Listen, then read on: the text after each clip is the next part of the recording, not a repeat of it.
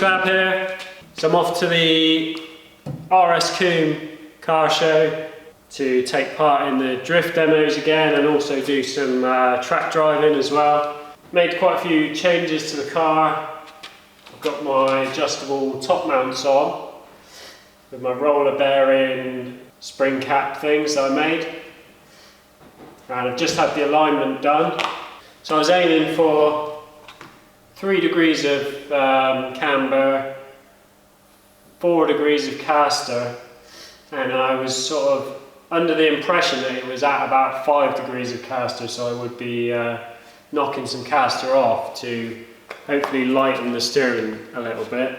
And when we got it on the machine, I had the 4-wheel like laser thing on it. As we were adjusting the caster, it was having some issues where it started reading the caster the wrong way, so I had to take it all off, put it back on again. Got one set to 4 degrees, went to start adjusting the other side and it started reading backwards again, so not actually sure where the caster is, but I know that it's in a very similar position to where it was originally, so that's probably a good thing. But got the camera set and the tracking, a little bit of toe out on the front on the tracking. The last time I took it out, it just felt really flat. I pressurised all the intercooler and inlet system, went around with some soapy water and sprayed it everywhere, and did highlight a few very small leaks. Definitely not something that a smoke test or anything like that would pick up, and I'm pretty confident that it wouldn't have had any effect whatsoever. They were that small, but I ended up taking all the inlet back off, put a new gasket on it and everything, and did all that. And then the only thing really that was left was when I rebuilt it, I ended up with this direct ignition PAP thing on the engine, and that was the one I was running on the old engine, so I put that one back because I did have a couple of times when I pulled on the track when it like skipped a little bit, so I've put that back on, and driving it up the road, I mean, it seems to absolutely fly. Yeah. We're off. Here we go.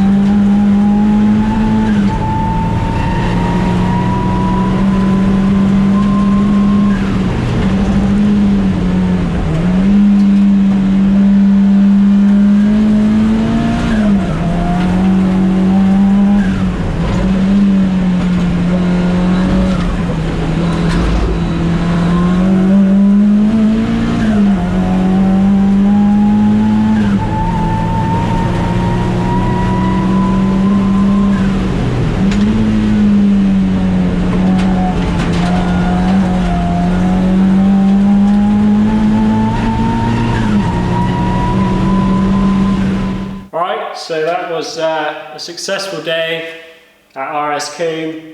Car's back in one piece, still running absolutely fine. Ran faultlessly all day, good oil pressure. Thing absolutely rips again. And yeah, really good in the drift demos and really good for the track driving as well. The only thing that let down the track driving was the brakes. The brakes are absolute rubbish. I've got yellow stuff, EBC pads, 2.8 Capri, vented disc and caliper, and a drum brake on the back. I think a better pad would probably, be a good start. Because when I first put those pads in, they did feel all right. Definitely looking to upgrade the brakes, and I think that would make a really big difference to my lap times, because at the end of the straights, I was pressing the brakes as hard as I could physically push on the pedal, and the wheels were nowhere near locking. You want to be able to feel when the tyre is like about to lock, and you can't even get anywhere near that point. So definitely huge improvement to be made there, I think, with lap times from just having some good brakes on it. But other than that, it's just all round good for everything car, really. I'm really happy with it.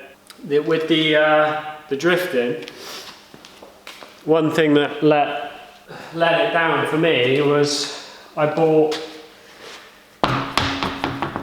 8 brand new tyres, and I used to be able to buy this size of tyre, which is a 175 60/13, for 14 quid each, so £28 for a pair, and that makes it cheap to go out and do it, and it's worthwhile buying brand new tyres, because the issue when you use second-hand tyres, firstly 13-inch wheels are a pretty rare size now, so getting second-hand 13-inch tyres is difficult.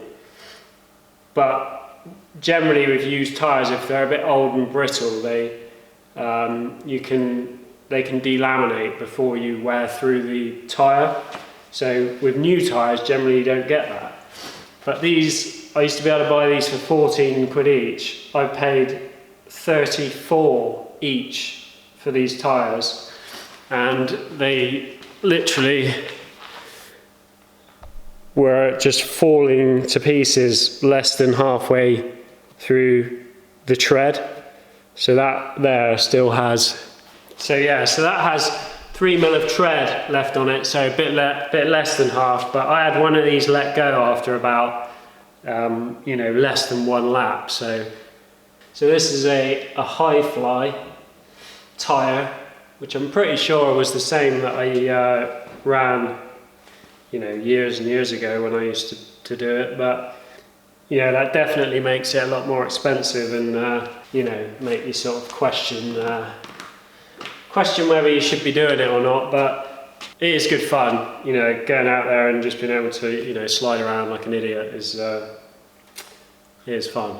And then the grip driving, I think I actually enjoyed that more. I had Josh Payton in his Sierra estate.